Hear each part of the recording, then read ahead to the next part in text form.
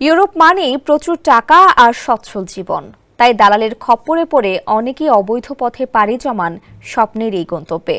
যদিও ইউরোপ যাত্রার এই পথ মোটেও সচ্ছল নয়। বিশাল সমুদ্রে ভাসতে থাকা নৌকায় করে তারা পা রাখতে চান ইউরোপের কোনো বন্দরে। ভাগ্যের সেই নৌকা কখনো কখনো ঠেলে দেয় মৃত্যুর মতো পরিণতির দিকে। তেমনই এক নৌকার যাত্রী ফাতি হোসেন ইউরোপ যাওয়ার স্বপ্নে বিভোর হয়ে পরিবারকে না জানিয়েই বাড়ি ছাড়েন ২৬ বছর বয়সী এই তরুণী। পথে তার সঙ্গে ঘটে অমানবিক এক ঘটনা, যার দরুন ফাতির পরিবারে নেমে আসে তীব্র শোক। বিস্তারিত থাকছে সঞ্জিদা রহমানের প্রতিবেদনে। Introducing High Class by Akij Port.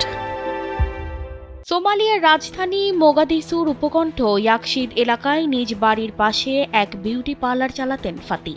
ভালোই চলছিল তার ব্যবসা, কিন্তু হঠাৎ পরিবারের কাউকেই কিছু না জানিয়ে চড়ে বসেন ইউরোপগামী এক নৌকায়। গন্তব্য ফ্রান্সের মাউতি দ্বীপ। ইউরোপ যাত্রার স্বপ্ন পূরণে দালালের মাধ্যমে ঝুঁকিপূর্ণ এই পথই বেছে নিলেন তিনি। শেষ পর্যন্ত তার স্বপ্ন যেন আকাশেই মিলিয়ে গেল। ব্রিটিশ সংবাদ মাধ্যম বিবিসি জানায়, ভারত মহাসাগর হয়ে ফ্রান্সের মাউতি দ্বীপে যেতে একটি নৌকায় উঠেছিল ফাতি সহ আরো অনেকে। কিন্তু বিপজ্জনক যাত্রায় পাচারকারীরা একদিন নৌকা থেকে পালিয়ে যায় ফাতি এবং অন্যদেরকে রেখে। তারপর তারা ২ সপ্তাহ পর্যন্ত সমুদ্রে ভাসতে থাকে। তাদের খাবার শেষ হয়ে যাওয়ার পর অনাহারে পড়ে অনেকেই মারা যান, তাদের মধ্যে ছিল ফাতি। বাড়ি ছাড়ার ১৪ দিন পর ফাতির মৃত্যুর খবর পায় পরিবার। তার বোন সামিরা জানান, সেই নৌকায় যারা কোনো মতে বেঁচে ফিরেছেন তাদের কাছ থেকেই ফাতির মৃত্যুর খবর পায় তারা।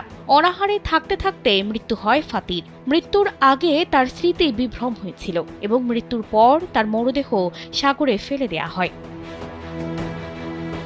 আন্তর্জাতিক অভিবাসন সংস্থা জানিয়েছে, ফাতি সহ ৭০ জনের বেশি মানুষ ২টি ছোট নৌকায় করে মাদাগাস্কারের উত্তর পশ্চিমে ৩০০ কিলোমিটার দূরে অবস্থান মাউতি দ্বীপের দিকে যাচ্ছিলেন। বিপজ্জনক এই সমুদ্রযাত্রায় ২৪ জনের মৃত্যু হয় এবং ৪৮ জনকে উদ্ধার করা হয়। অবৈধ পথে ইউরোপ পাড়ি দিতে গিয়ে প্রাণহানির ঘটনা নেহাত কম নয়। IOM এর হিসেব অনুযায়ী ফ্রান্সের এই ছোট দ্বীপে যাওয়ার চেষ্টা করতে গিয়ে প্রতি বছর শত শত মানুষের প্রাণহানি ঘটছে। সঞ্জিদা রহমান, কালবেলা।